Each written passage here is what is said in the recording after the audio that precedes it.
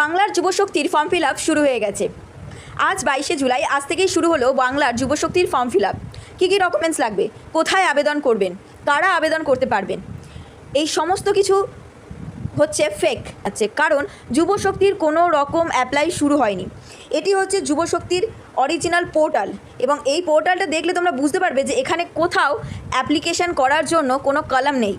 এখানে 4টে কলাম রয়েছে: application submission, application status, public notice এবং হচ্ছে ডিপার্টমেন্ট রিপোর্টস। অ্যানাউন্সমেন্ট আমি দেখিয়ে দিচ্ছি। দেখো, এরকম একটা পেজ ওপেন হয়ে গেল। এখানে ওপরে লেখা আছে বাংলার যুবসাথী পোর্টাল। বাংলার এই যুবসাথী পোর্টালই এখন যুবশক্তি পোর্টালে রূপান্তরিত করা হয়েছে।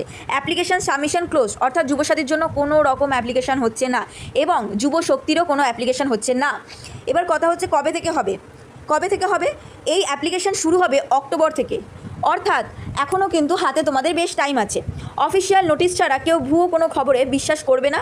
এরকমই গুরুত্বপূর্ণ ভিডিও পেতে অবশ্যই মানিগীতা চ্যানেলটিকে ফলো করে রাখবে।